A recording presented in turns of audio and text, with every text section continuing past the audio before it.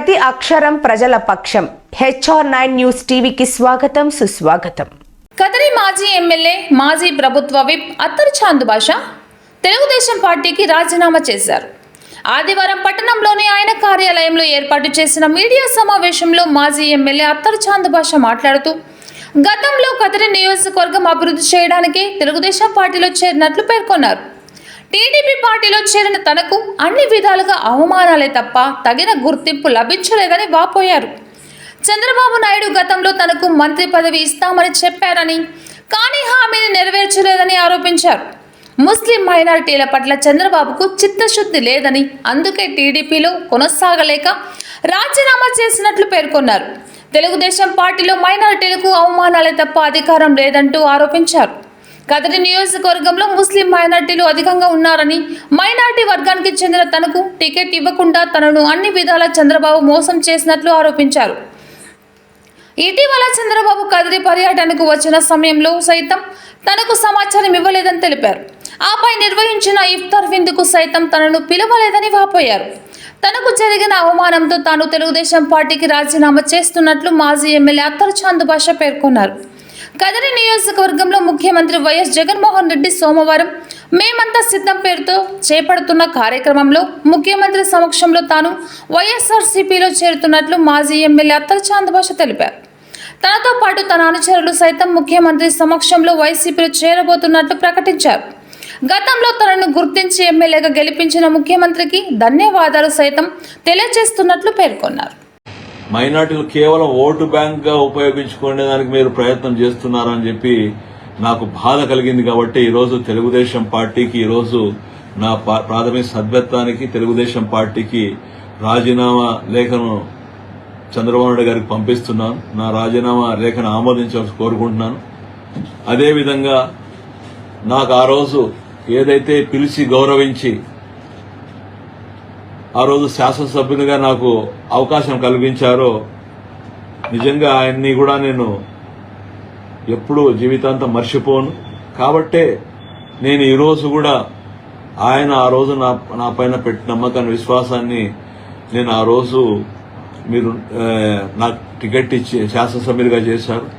అయినా కొన్ని అనివార్య కారణాల వల్ల నియోజకవర్గ అభివృద్ధి కోసం రాష్ట్రంలో ఉండే పరిస్థితుల్లో, మన నియోజకవర్గంలో ఉండే ప్రత్యేకమైన పరిస్థితులు, ఆ రోజు వైసీపీ నాయకులకు ఇబ్బందులు పెట్టడం, వైసీపీ నాయకులకు రేయింపగులు వారు ఏ విధంగా ఎక్కడ కూడా తిరగలేకుండా చేసే పరిస్థితి ఆ రోజు ఉన్న సమయంలో, వాళ్ళ క్లిష్టమైన పరిస్థితుల్లో వారిని కూడా ఆదుకోవడానికి మాత్రమే ఆ రోజు నేను పార్టీని వీడి నియోజకవర్గం అభివృద్ధి కోసం, సంక్షేమం కోసం ఆ రోజు పోయాను.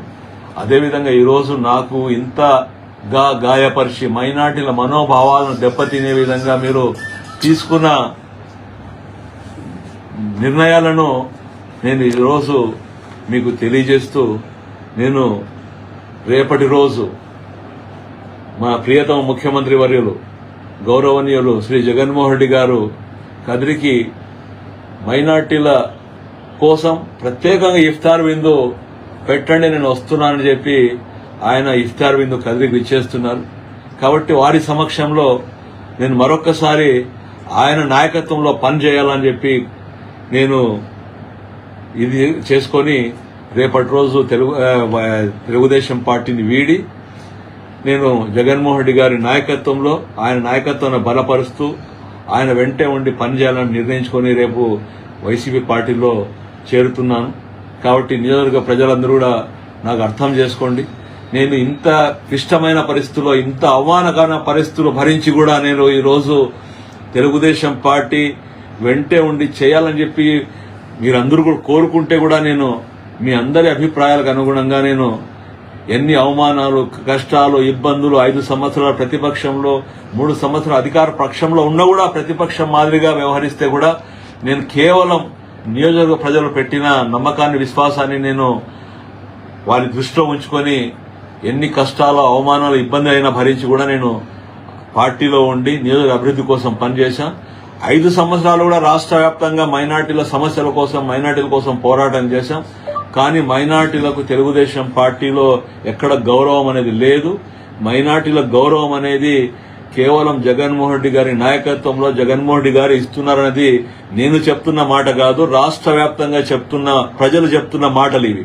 ఎందుకంటే తెలుగుదేశం పార్టీలో మైనార్టీల మీద ఎంత మేరకు చిత్తశుద్ధి ఉందంటే, గతంలో 175 నియోజకవర్గాల్లో ఉన్నప్పుడు 5 మందికి అవకాశం కలిగిస్తే ఈరోజు మీరు ఆ 5 మందిలో ఇంకా 2 తగ్గించేసి 3 మందికి మాత్రం కేవలం అవకాశం ఇచ్చారు.